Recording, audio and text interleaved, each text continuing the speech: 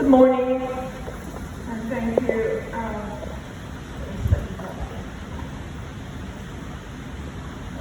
Auntie Alice said I had 7 minutes, and Henry said keep it short. I was going to advise.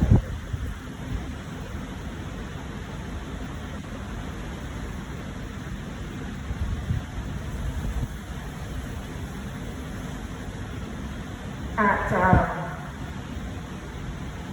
2 a.m. this morning, I get an email finally from Debbie, and she said, "This is my eulogy for my brother," and it starts like this, telling us a story from the time when we were kids. She said, "Imagine a fluffed, overgrown marshmallow in the sprouting rashes." So you can think of Nicholas as a white marshmallow, God bless you. Now sprouting rashes. I mean, he was sprouting rashes because he was allergic to a plant, and he just started to have this huge reaction. Debbie then went on to say, "I was in shock, too young to understand, but old enough to fear the unknown. But my brother, he did not flinch, he did not cry or panic, and before too long, he seemed miraculously better and back to his old self. But there was something else I saw too, that like him, I could also choose to face the unknowns, the setbacks, the frightening things with courage, and that even despite these things, life as it were, must still go on." And we will go on, hopefully learning from the last few days, his stories, a bit more about him, and coming away with a laugh, with a smile, and hopefully with a memory that he will trigger. How much love Nicholas gave, and he gave it, and he gave everything in abundance. I mean, even his chat group, there was 220 people. And WhatsApp only take 256. It's crazy. But Nicholas Ernest Pillai was a giver. He is a kind soul. And as he took care of us and fed us and taught us how to laugh, how to give, how to love, and how to care for others, I sat down at 4 o'clock this morning and I figured it out. I believe he decided that he needed to go and get some work done in the Lord's home to get things ready for us to meet again one day. Because Nicholas just always wanted to be. Good morning, Auntie Alice, Uncle Ernest, Keith, Debbie, Matt, Sky, family and friends from all over the world. But a special man in Australia, Uncle Alfred. Uncle Alfred, much has been said about you, and I want to convey the family thanks, especially that of Uncle Ernest and Auntie Alice, for who you are, who you have been to the family, and will continue to be to the Pillays. This morning at 5:30, I got a short message from Uncle Alfred, and it says, "My dearest Nicholas, you have been a part of my family for more than 30 years. You are a big brother to Annette, Melissa, and Monica. I am deeply saddened by your passing. Your memory will forever be cherished in our hearts. God bless you, my son, Uncle Alfred." Uncle Alfred was a kind gentleman that picked Nicholas up when she first arrived in Australia. And to his friends in the UK, Australia, Netherlands, USA, I saw a lost track. Some in SS2, some sitting down, and people. Thank you for your love. And guess what Nicholas didn't have to say here? "I slap you up. You all better be nice to each other." or even come and join me this morning. He didn't make me say that. But he will say this. Holy Jesus, Mary, Joseph, what a blessing, what a blessing. If you saw the love and impact he has made in each of our lives, which can be seen since Monday. Nick, you're always making an impact. Including being the first, I understand, during this time. To have 200 of us in this hall if you want to. He changed my way of dining. Some of you are lucky that you went out for meals with Nicholas. You shared stories in nice restaurants with Nicholas. Nicholas and Keith will tell you, he feeds me the laurel behind his house with the cats, yeah, the rats. But that's where we ate and that's where we talked. He asked through a chat with a friend from the US. I couldn't get the name, but he profiles as MYMI. I died if there's a death. I want colors. Because Nicholas was flamboyant, he wanted everything to be flamboyant, to be as great as him. But then, as his friend said, he actually laughed and giggled and said, yeah, you probably can't do it. You probably can't do anything as great as me. Or hold that great or fiddle as great as me. You guys can sure try. A great man shows his kindness by the way he treats others. Many of you are here or in the past few days are from his street Pataling primary space, his Bukit Bintang days, and there was Bento, and there was KDU, and there was Ko'os, and then there were many friendships made in Pataling Jaya, in Mom and Dad's house, where he would cook and feed and teach and help.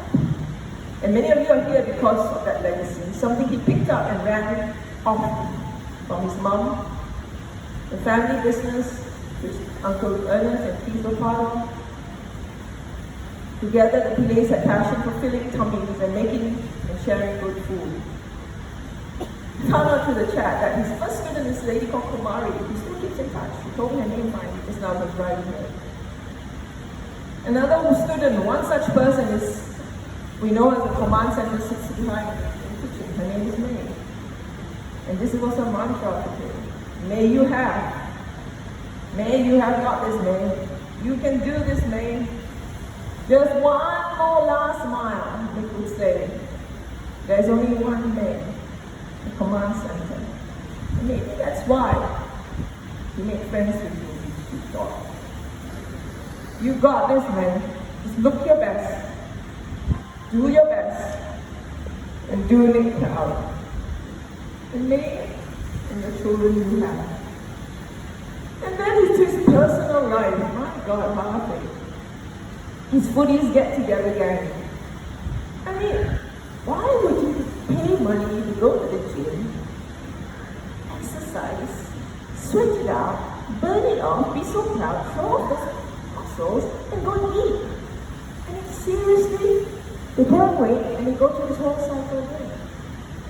And Hafik is thankful that he managed to do Chinese New Year. Hosted it in his house and made it before. Hafik would say, Nicholas has always been so dramatic and telling everyone nonsense, yet he has a warm heart to make sure things happen for us. He had a very loud voice and we can hear him shout, "Use!" from Auntie Alice's house to his house. His signature was a big smile and his stylo Milo hair that stays in our heart, whom he will miss. Nicholas, he baked, he fried, he kneaded, he plated, he cut, he chopped. Whatever it was food, cooking was more than that. He once said, he thought so that others can also make others happy. And if they can use that to feed their families or teach others to feed and to be happy, that's a blessing. But you know, Joe, I don't think I deserve it. I should never call me Joe, it doesn't miss you. You know what you just call me Miss you. Miss you. That's a blessing, but I probably don't deserve it. And she gave me the last hot pie. And then he said, I said, what did you use so much food for? I'm not going to eat all this. I eat. I said, I'm going to eat. I ate that. And he said, one of the last things, you know, Miss Yo, if I had the financial ability, I want to feed others. And just give them a lot. And if I can feed in abundance and share in abundance, yeah, I think that's what I want to do. And I would say, you're mad, and you're always mad. One of his recent classes was for a student who was planning to open a bakery or cafe in East Java. I think that was just last week. Keith, his brother, Nicholas used to say in whispers, Keith goes away. Yeah, that brother of mine. He makes the best herbal chicken, but he so don't want to share with people. I said, what want you make it? No, Keith makes it better. And then Keith tells me yesterday, yeah, I was supposed to learn that sushi cake from him. I thought I had time. I remembered he had a book. And Uncle Alfred also. I said he couldn't find it. So Nicholas was an author. Healthy eating recipes for the Asian palate, which he wrote with a dietitian called Miss Indra Balaratnam. In the preface it says, some eat to live, but the majority of us live to eat. And I think that's the Asians. The last time I checked, this morning, there was one more copy on Amazon. Nicholas mentored and he taught, well, kids with Melanie, he taught them how to bake. And he had a class for kids about what good manners was about. And he first told me he was worried. And he said, oh, holy Jesus, I cannot shout at them. I too was worried. He had to teach manners and be patient. But like all things he did, he aced it. Stan. Yesterday, Auntie Alice introduced me to one of her old friends, and this guy called Sajid who used to work with her. And he's now heading this group called STAN. STAN was founded by a FGA pastor 3 years ago, whose wife happened to be one of my besties. Auntie Alice didn't know, but I connected them. So Nicholas helped got that started and put 4 recipes of pies. STAN is a social enterprise that teaches young adults with autism. Teaches them to make pies and to sell, giving them employment opportunities. Few of you know, a lot of you don't. Nicholas helped a stranger for 3 months. I thought he was mad, but he said, yeah, what to do, never mind now. The last few months, he fed the sisters in the Asunta, frontliners. And all this will be missed. But those that miss him will be Marigold, P, Sunny, Boris, and Prada, and Gucci, Cyrus, and his precious friends. All these rat cats be running at the back, and I say, why don't no tail? Like that, I got caught one day. Or the Daffy one day, make me spend money, pretend to be dead. But they were God creatures, he used to say. I said, what? You can't keep feeding them, you can't keep going down, doing this and that. And he says, what am I supposed to do? People just leave them around for us. So like his parents, he took care of the animals and others. One of his friends, Sarah, said to him, you must take care of yourself. And he told Sarah, I love my family. I will take care of them as long as I can. I will take care of them as long as I can. Sky, his precious niece, he sends me photos of his dogs, his cats. Sky and Santino. Sky Tulin, Debbie and Matt's daughter, in Salem, Oregon. I'll miss being able to talk to you at all hours of the night about all of life's problems. And I'll miss pestering you to come visit me here in the US. When I visit Malaysia, I'll miss going and getting ice cream or boba tea at Jaya 33. I'll miss going to the bakery store with your Uncle Ernest and Uncle Nicholas. I'll miss bothering you while you teach your classes. But mostly, I will simply miss you. Rest in peace, Uncle Nicholas. Debbie, who has been away in the US for all this time, talks to her brother every day or through WhatsApp. He never once so much as implied that he didn't have time to listen, to share, or to welcome a shoulder to cry on. That's the kind of person my brother was, someone I could rely on. But of course he could not just listen, he's Nicholas. He had to keep me posted about the going-ons in Malaysia, the classes he was teaching, with what he was cooking, his friends, his students, mom and dad and Pete and every dog and every cat. All the details made me feel that I was there. As if he never left. He kept me grounded and in place so I could live my life away and start my family here. My brother can never be replaced, and I will miss him greatly with every passing day. Even now, I look to my phone as if a message might somehow just come from him. Just as if someone else, a hilarious thought or a comment with his sharp wit or share a recipe I was asking for. Despite our differences growing up, and through the hard and joyful realities of life, I would never ask for somebody else as an older brother. I would do it all over again just to hear his laughter and wait for that big hug of his.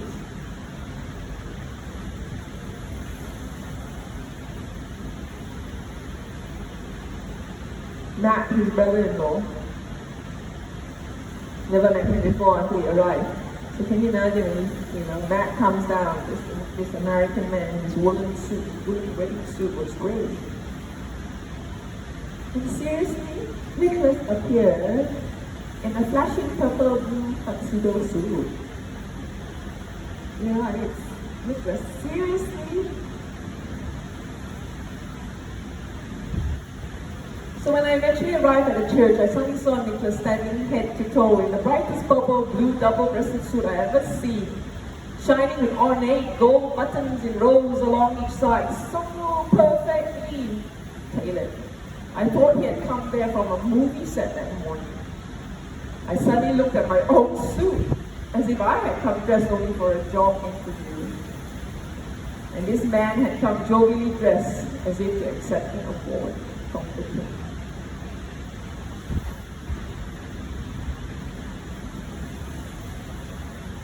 One of my earliest memories of my brother-in-law was that he relished uplifting notes, the bold colors of life, he would say, and he cast these same colors across everything he did, so that everything he had in hand to reflect the brightness that he brought to all the people he loved and cherished. Matt went on to say, I can only hope that I can share a small silver of uplifting brightness to the world in the way he did. If you were lucky enough to know him, perhaps you too will remember some of the brightness that he brought to you for those faded times in your life when you could use a little of that color.